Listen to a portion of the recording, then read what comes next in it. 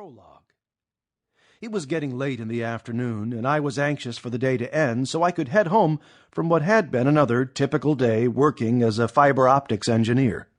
I climbed into my Jeep, pulled out of the business complex where I worked, and headed toward my apartment. I was looking forward to a tall glass of iced tea and watching the sunset from my porch swing. My cell phone jangled.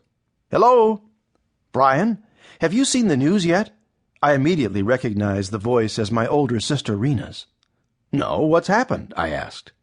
"Go turn on the TV," she insisted. "They've raided the FLDS compound in El Dorado, Texas." "What? You're kidding me, right?" "No, it's real. They've finally done it." Triumph pulsated through Rena's voice. "I'm on my way home right now," I said. "I'll have to check it out." "What started it? What charges are they using to go into the compound?" "There were several phone calls from a girl claiming to be 16 and being abused," she informed me. I promised to call her back once I reached my apartment and had turned on the news.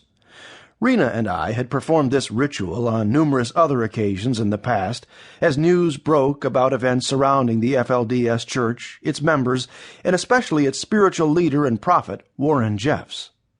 When a warrant was issued for the arrest of Warren Jeffs on charges of rape by accomplice, Rena called me. When Warren Jeffs made the FBI's 10 Most Wanted list and was featured on the TV crime program America's Most Wanted, again Rena called me. When Jeffs was arrested, put on trial, and convicted on 2 counts of rape by accomplice, Rena called me. With each call, we would bemoan events revealed in the media, our own struggles to break free from this cult, and the inability of law enforcement to prosecute the laws against polygamy in their state. When I turned on the TV and reached for the phone, I paused and watched in amazement as children were put on buses and taken into custody as wards of the state of Texas. A wave of fear from the past surged through me as I remembered how we lived our childhood in constant fear of a raid on our community, like the one in 1953 in Short Creek, Arizona, when my mother was pregnant with Rena. Because of that raid, we were taught to lie to conceal our family's relationships with each other in order to protect our father's identity as a polygamist.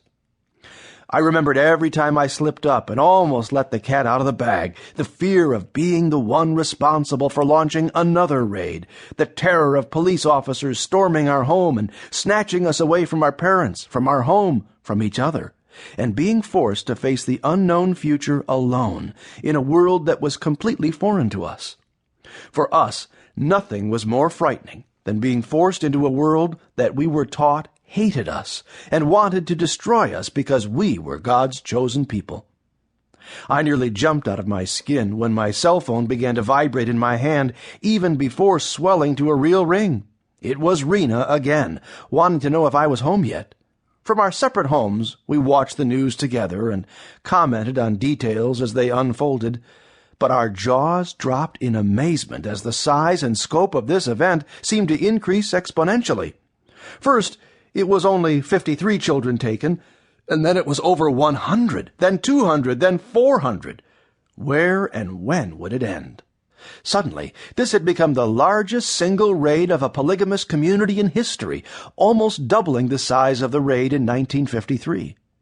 My sisters, Rena and Laura, had been longtime advocates and activists in trying to get the government to take seriously the allegations of abuse going on within the FLDS Church.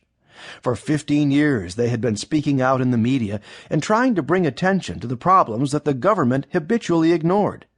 In that moment, I had never been more proud of the state of Texas. Finally, someone was willing to do the right thing, to put their necks on the line and fight for the victims of the FLDS Church's rampant abuse of young girls.